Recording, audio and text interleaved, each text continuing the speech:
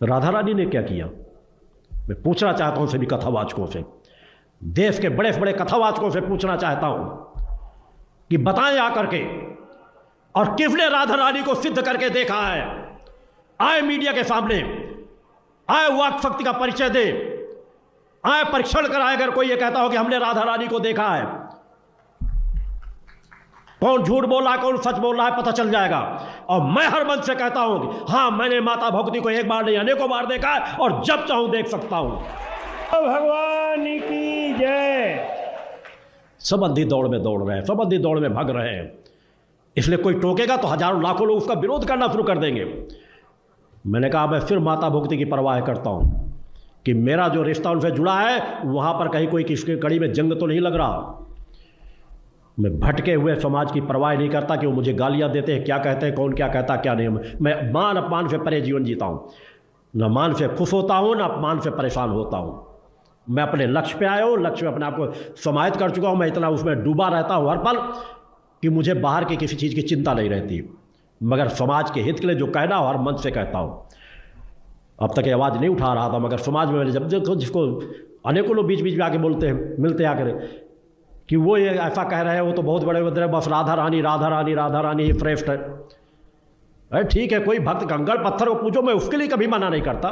जो राधा रानी की पूजा करते उसके लिए मना नहीं करता, मगर आता माता भक्ति आदि शक्ति जगत जननी जगदम्बा को नीचा करके दिखाओगे तो तुम्हारी मैं जड़ें हिला दूंगा, इस बात का ध्यान रखना। बोलो गुरुदेव भगवान की जय। कोई भी हो, कितनी बड़ी संस्था क्यों ना हो, माता भक्ति आदि शक्ति जगत जगदम्बा, जिन्हें देवादि देव पुत्र समान उनके सामने में हाथ जोड़कर खड़े रहते हैं। दुर्गा जी को शिव जी की पत्नी कहा जाता है, इससे बड़ी गाली और क्या होगी? किसी मां को बेटे का की पत्नी कह दिया जाए। उन्होंने सृष्टि की रचना को देखा क्या है, समझा क्या है, अनंत लोकों के बारे में जाना क्या है? जाना था हमारे ऋषियों मुनियों ने, सिद्ध महापुरुषों ने, जिन्होंने माता भक्ति को आदि शक्ति जगत जननी जगदम्बा कहा।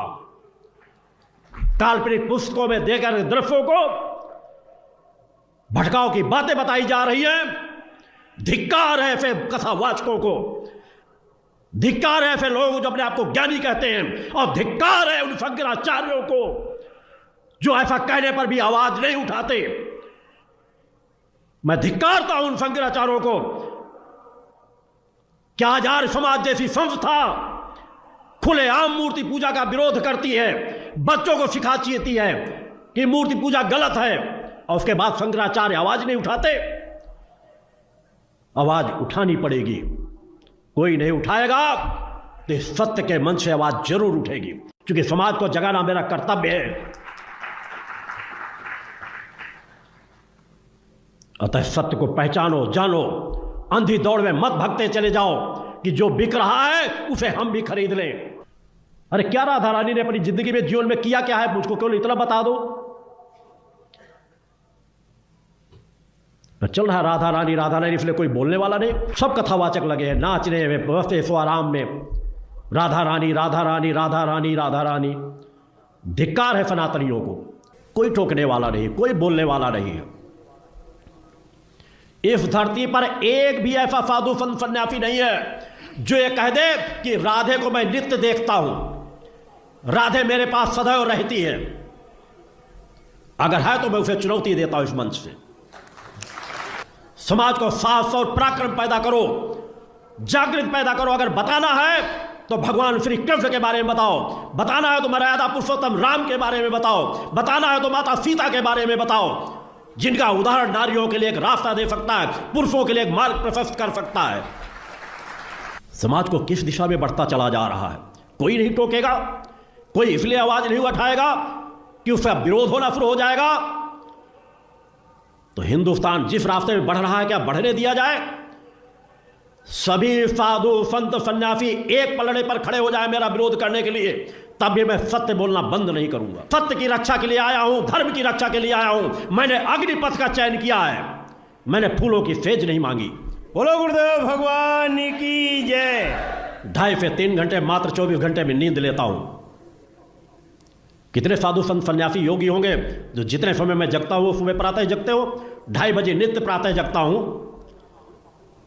कहता हूं, राधे राधे कहने वाले कुकुर मुत्ते 8-9 बजे रात तक पड़े सोते हैं। अधिकांश कथावाचकों की बात करता है, 10% कथावाचकों को अगर छोड़ दूं, उनके जीवन में कोई परिवर्तन नहीं होगा और कहेंगे भागवत सुन लो तुम्हारा कल्याण हो जाएगा। जब सुनाने वाला ही साधक प्रवृत्ति का नहीं होगा, तपस्वी नहीं होगा, तो समाज में क्या परिवर्तन आएगा? समाज धीरे धीरे पतन के मार्ग में चलता चला जा रहा है। दूसरा चाहता हूं कथावाचकों से, इस मंच से भी, कार्यकर्ता बैठक के मंच से, कि पूरी पुरानी भागवत उठा करके देख लो, राधा नाम का शब्द नहीं होगा, मगर कहते हैं जो प्रभु दिख रहा है वही बिक रहा है। काल्पनिक चीजों में खोते चले जा रहे हैं। ठीक है, हर काल परिस्थितियों में किसी समय राम ने जन्म लिया, किसी समय कृष्ण ने जन्म लिया, हमारे देव पुरुषों ने जन्म लिया, महापुरुषों ने जन्म लिया, ये हमारे लिए सभी पूज्य हैं, सम्मानित हैं, मगर ये हमारी आत्मा के जननी नहीं हो सकते। न राम हो सकते हैं, न कृष्ण हो सकते हैं। ये हमारे लिए देव पुरुष हैं, हमारे लिए पूज्य हैं, मगर सृष्टि के रचयिता नहीं हैं। उस माता आदि शक्ति जगदीश जगदम्बा के चरणों में हजारों लाखों राम और कृष्ण उनके नख में समा जाएंगे। वह है माता आदि शक्ति जगत जननी जगदम्बा। राधा और सीता करोड़ों करोड़ों उनके नख में समा जाएंगी। मगर आज समाज भाग रहा है दौड़ में, इसलिए नाचने को मिल रहा है, गाने को मिल रहा है, मनोरंजन हो रहा है, काल्पनिक कहानियां सुनाई जा रही हैं और कथावाचक उसी रास रंग में खोते चले जा रहे हैं। और हम आपस में लाठी चलाएं। अरे वो एक है, वो एक है, वो अनेक है, अनेक होते हुए भी एक है, एक होते हुए भी अनेक है। इस बात को समझो। जब देवी भागवत, तो देवी ही सब कुछ है, देवी के ही अंश से राधा है। समझिए आप, जब हम वृंदावन से बोलेंगे तो राधा के अंश से देवी है, जब आप शिव पुराण से बोलेंगे तो शिव के अंश से हरि है, और जब भागवत पुराण से बोलेंगे तो हरि के अंश से शिव है। आप इस बात को समझिए। जब लीला का बात, लीला प्रसंग आएगी तो उसमें भेद हो जाते हैं। जैसे ब्रह्म ऋषियों ने विचार किया कि इन 3 महान भगवत स्वरूपों में कौन सबसे बड़ा है। क्या उन ब्रह्म ऋषियों को पता नहीं कि हरि ही ब्रह्मा है, ब्रह्मा हरि ही शिव है, शिव ब्रह्मा और हरि में किंचित मात्र भेद नहीं। स्वयं भगवान बोले, मैं ही हर हूं, मैं ही विधि हूं, मैं ही हरि रूप हूं। जगह जगह वर्णन है। लेकिन जब भृगु जी परीक्षा के लिए गए तो ब्रह्मा जी के सामने जाके ऐसे खड़े हो गए।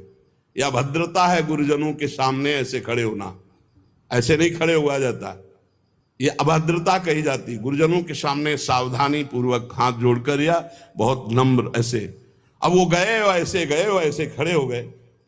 ब्रह्मा जी ने कहा तो सभा की मर्यादा के विरुद्ध है, पर भृगु जी उनके पुत्र हैं, थोड़ा गुस्सा आया पर शांत रहे।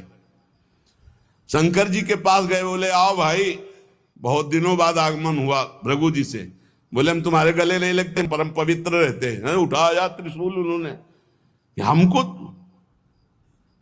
भृगु जी शांत होकर के वहां, और भगवान हरि के पास गए, सैया में पड़े हुए थे, सीधे लात मारी जाके, सीधे छाती पे लात। भगवान उठे और कहा मुझे पता नहीं था आप आ रहे हो, नहीं आपकी अगवानी करता, और चरण दाबने लगे। बोले आपके चरण बहुत कोमल है, मेरी छाती बहुत कठोर, कहीं चोट तो नहीं लग गई। और आज के बाद जब जब अवतार भी लेंगे तब तक आपका भृगु चरण चिन्ह ये हमारे छाती पे बना रहेगा, ये हमारा बड़ा सौभाग्य हो। आंसू आ गए भृगु जी के। अब आप क्या कहेंगे? कोई छोटा बड़ा नहीं। जब लीला होती है और एक ही तत्व है तो रंगमंच पर वही सब रूप धारण किए, जगन नाटक वही भवा, इस बात को सब। पर जब हम किशोरी जी की बात कहेंगे तो किशोरी जी के अंश से सब शक्तियां हैं, और जब आप दुर्गा की बात करें तो आपको वहां से दिखाई देगा किशोरी जी दुर्गा जी के अंश है, क्योंकि इधर से अंश वो, उधर से अंश वो उनकी अंशी, वो उनकी अंशी, कोई अंतर नहीं। इधर से हम बोलेंगे श्री कृष्ण के अंश से शिव, और जब शिव पुराण में पढ़ोगे तो शिव जी के अंश से श्री कृष्ण। अब इसमें संशय थोड़ी, क्योंकि वही एक तत्व है, विविध प्रकार से लीला कर रहा है। इसलिए भ्रम का तो ध्यान छोड़ दो, भ्रम छोड़ दो। जब जब जैसा अवसर आया वही रूप धारण किए तत्व विराज। पर जब लीला की चर्चा होगी तो माधुर्य रस में ऐश्वर्य का प्रवेश नहीं। भगवान के ऐश्वर्य का प्रवेश नहीं तो और ऐश्वर्य शक्तियों की तो बात जाने दो। कभी आपको कोई भी शास्त्र मिला हो कि ब्रज में सुदर्शन चक्र का प्रयोग भगवान ने किया या प्रवेश हुआ, तो हमें बताना। ब्रज में तो आप थोड़ा ऐश्वर्य की झलक दिखा दिए, अंतर ध्यान हो गए, लेकिन निकुंज में कहीं नहीं कि अंतर ध्यान की लीला एक बार भी हुई हो। निकुंज में बताना पूरे वाणियों को पढ़ करके। अब जो निकुंज रस है इसमें कहीं वर्णन नहीं है कि अष्टभुजा का प्रवेश है या षोडश भुजा का। हमारी ही श्री जी सब अंशों से है, लेकिन ऐश्वर्य रूप नहीं, ये महामाधुर्य रूप है। इसी महामाधुर्य की महिमा की हम उपासना करते तो हमारे लिए हमारा उपास्य देव सर्वश्रेष्ठ है। और जब उपास्य देव की सर्वश्रेष्ठता की लीला में देखते हैं तब ये वर्णन आता है कि अनंत शक्तियां, देखो भगवान शिव ने स्वयं वर्णन किया कि ये जो अनंत शक्तियां तत्कला कोटि कोट्यंसा दुर्गाद्यस्त्र गुणात्मिका। अब देखिए वही प्रभु है शक्ति, वही है शक्तिमान, किंचन मात्र अंतर नहीं। लेकिन प्रभु आदेश करते हैं कि मैं अब अवतार लेने जा रहा हूं, भागवत में पढ़ के देख लेना। तुम हे महाशक्ति बलराम जी का कर्षण करके रोहिणी के गर्भ में डालो और मैं स्वयं अवतार लो। तुम जाकर नंद बाबा के यहां कन्या रूप से पूरी लीला पढ़ के देख लो। और नाम चामुंडा कुष्मांडा दुर्गा आदि तुम्हारे विविध नाम भगवान ने रखे और तुम सबकी कामना पूर्ण करने वाली होगी। जाओ मेरा आदेश है ऐसा करो। भगवान ने आदेश किया, शक्ति कार्य कर रही। भगवान की प्राप्ति के लिए